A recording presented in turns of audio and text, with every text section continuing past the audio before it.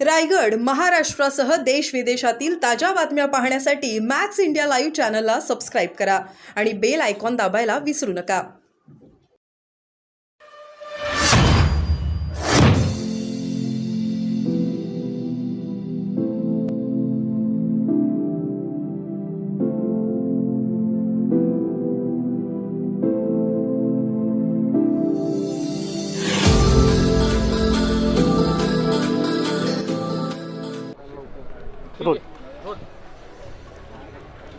भाऊ, आज उमेदवारी अर्ज भरले जात आहेत, काय सांगणार? आज जळगाव लोकसभा आणि रावेर लोकसभा या दोन्ही लोकसभेचे आमचे महायुतीचे उमेदवार, विशेष करून भारतीय जनता पक्षाचे उमेदवार स्मिताताई वाघ आणि रक्षाताई खडसे या दोन्ही आपला उमेदवारी अर्ज दाखल करत आहेत।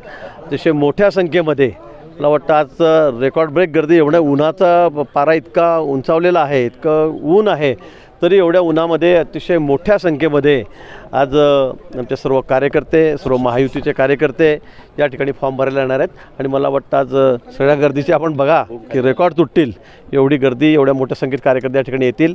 आणि आज आम्ही दोन्ही उमेदवारांचा या ठिकाणी फॉर्म भरतो। कोण कोण उपस्थित राहणार, नेते कोण कोण असणार? आज माननीय फॉर्म भरण्यासाठी आमचे नेते माननीय देवेंद्रजी फडणवीस, माननीय चंद्रशेखरजी बावनकुळे हे या ठिकाणी फॉर्म भरायला बाहेरून येत आहेत। या ठिकाणी आमचे पालकमंत्री गुलाबरावजी पाटील, अनिलदादा पाटील जे आमचे मंत्री आहेत दुसरे राष्ट्रवादी काँग्रेसचे, ते या ठिकाणी असतील।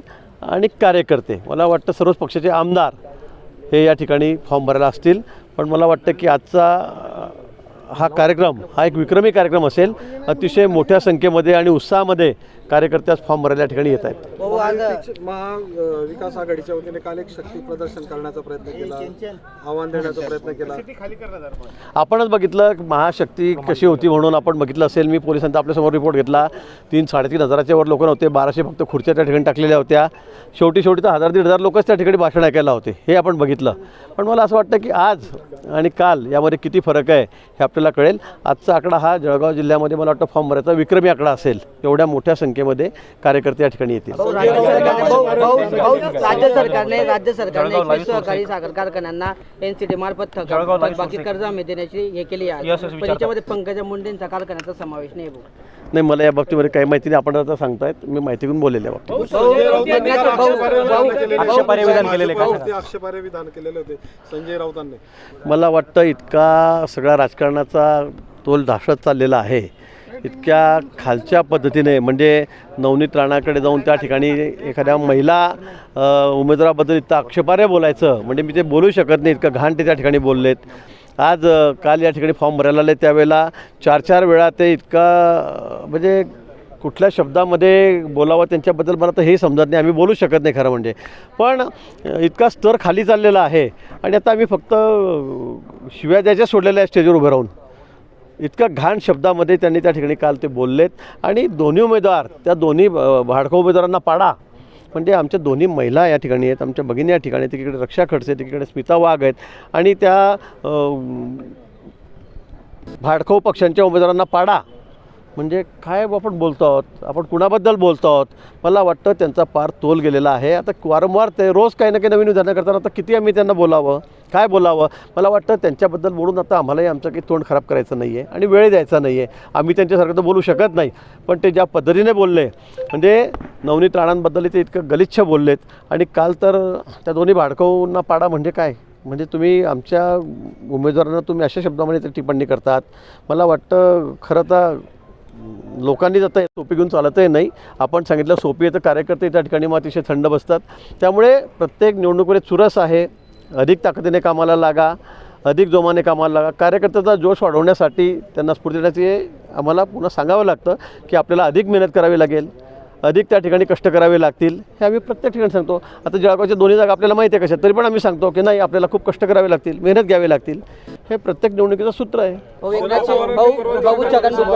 पवारांनी जामनेरमध्ये परवा सभा घेतलेली आहे, आपल्यावरही टीका केलेली की 5 लाख काय सगळेच मदत तुम्हाला मागायला पाहिजे, खरं तर 18 लाख मत। आता मी त्यांना बोलणार नाही, त्यांना निवडणुकीचा निकाल आल्यावर कळेल। त्यांना 5 लाख, आता मी आपल्याला सांगितलेलं आहे की 5 लाख, मागच्या वेळेला आम्ही 3.5-4 लाखापर्यंत पोहोचलो होतो, यावेळेला 20% मतं वाढलेले आहेत. त्यामुळे मी सांगितलेलं आहे, विशेष करून युवा वर्ग मोठ्या संख्येमध्ये आहेत आणि सगळ्यांचा कल हा भारतीय जनता पक्षाकडे, विशेष करून मोदीजींकडे आहे. आणि म्हणून आपल्याला या निवडणुकीमध्ये दोन्ही जागा, जळगाव आणि रावेर या ठिकाणी किती मताधिक्य मिळतं हे मी सांगितलेलं आहे आणि निकाल आल्यावर तुम्हीच त्यांना सांगा. छगन भुजबळांनी म्हटलंय की एकनाथ शिंदेने मला त्याच्याविषयी आपल्या विषयीची परवानगी लागते अशी चर्चा. नाही, मी एवढा मोठा माणूस नाही आहे. खडसे साहेब मोठे नेते आहेत, त्यांनी सांगितलं आहे की मी फक्त PM आणि अमित भाई आणि नड्डाजी यांच्याशीच बोलतो, खाली कोणाशी बोलत नाही.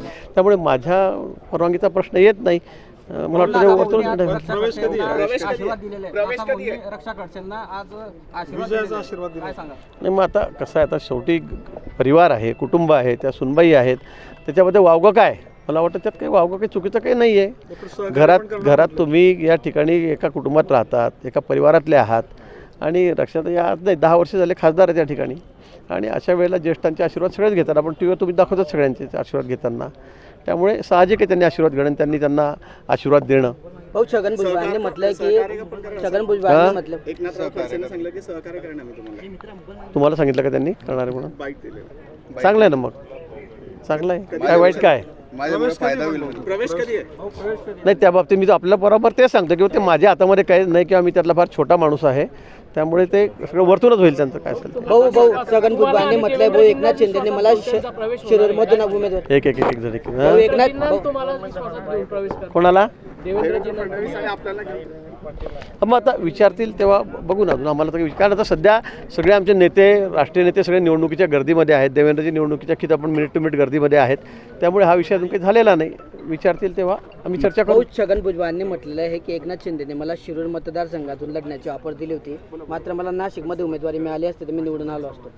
नाही, मला या बाबतीमध्ये कोणी कोणाला काय ऑफर दिली आता हे मला माहीत नाही. आता एकनाथजी काय बोलले, काय म्हणाले हे माझ्या तर अजून तर काही कानावर नाही. आता ते त्यांना बोलले असतील तर हा त्यांचा प्रश्न आहे.